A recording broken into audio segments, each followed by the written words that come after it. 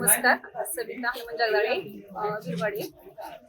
गावात 2 बार सुरू येते गावाच्या बाहेर आणि गावात अवैध धंदा सुरू झाला आहे. त्याच्यापासून आम्हाला खूप त्रास होतोय. गावातल्या मुलांचं म्हणजे आताची मुलांसाठी त्रास होतोय त्या मुलांचा. परत आमची शेतं त्या बारच्या शेजारी शेत आहे त्या शेतामध्ये आम्ही एकटे जाऊ शकत नाही. तिथं आम्हाला गळ्यातलं म्हणजे ती पिऊन येणारी लोक असते ते चोर गळ्यातलं निघते ओढून खूप त्रास होते ना. काय काय घटना खूप अशा घडल्यात आम्हाला. त्याच्यापासून खूप त्रास होते. भांडणं होते त्यासाठी आणि त्या मुलांची भांडणं, परत गावातली मुलांची भांडणं, ह्या सगळ्या खूप त्रास होत्या गोष्टींचा. त्यासाठी आम्ही जिल्हा कार्यालयात आलेलो आहे. मी कमलाकर ज्ञानोबा सोनवणे, माजी सरपंच ग्रामपंचायत विरमाडे. आमच्या गावामध्ये किंवा हद्दीमध्ये 4 ते 5 वर्षापासून अवैध दारू धंदे आणि गावामध्ये बी दारूचा व्यवसाय चालू आहे. गावातील लोकांना तसेच बाहेरचे येणारे जाणारे महिलांना प्रचंड प्रमाणात म्हणजे खूप त्रास होतो आहे. त्यात आमच्या गावाला उड्डाणपूल नाही, त्यामुळं वाहतूक आणि ही भरपूर तिथं प्रमाणात आहे. रहदारीचा रस्ता आहे. तर ह्यासाठी आम्ही कलेक्टर साहेबांना निवेदन देण्यासाठी आलो. निवेदन काय केली मागणी काय केली निवेदन? हे बंद व्हावे दुकान बंद व्हावे. तुमची पुढची काय भूमिका राहणार आहे? समजा मागणी पूर्ण झाली, लोकशाही मार्गाने आम्ही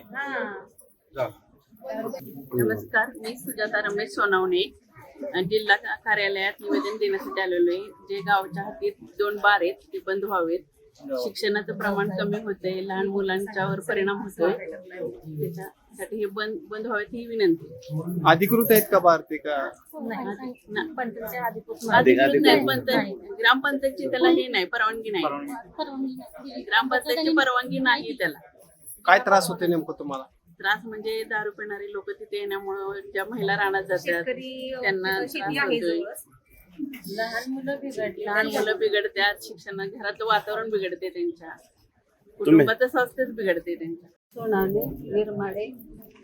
तिथं म्हणजे लहान मुलं 8वी पासून ते बार झाल्यापासून प्यायला सुरुवात करते. ती म्हणजे आई वडिलांनी काय करायचं, काम करायचं का त्या मुलांकडे लक्ष द्यायचं. म्हणून हा बार किंवा गावातलं वैयक्तिक दारूचं दुकान आहे ते सुद्धा बंद झालं पाहिजे.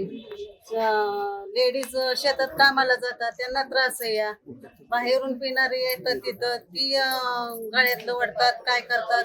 लेडीज भितात ना शेतात जायला. किती वर्षापासून बार आहे ती? बार आता झाले 4 वर्ष झाली. आता त्रास झाला का तुम्हाला? भरपूर आता त्रास होतोय.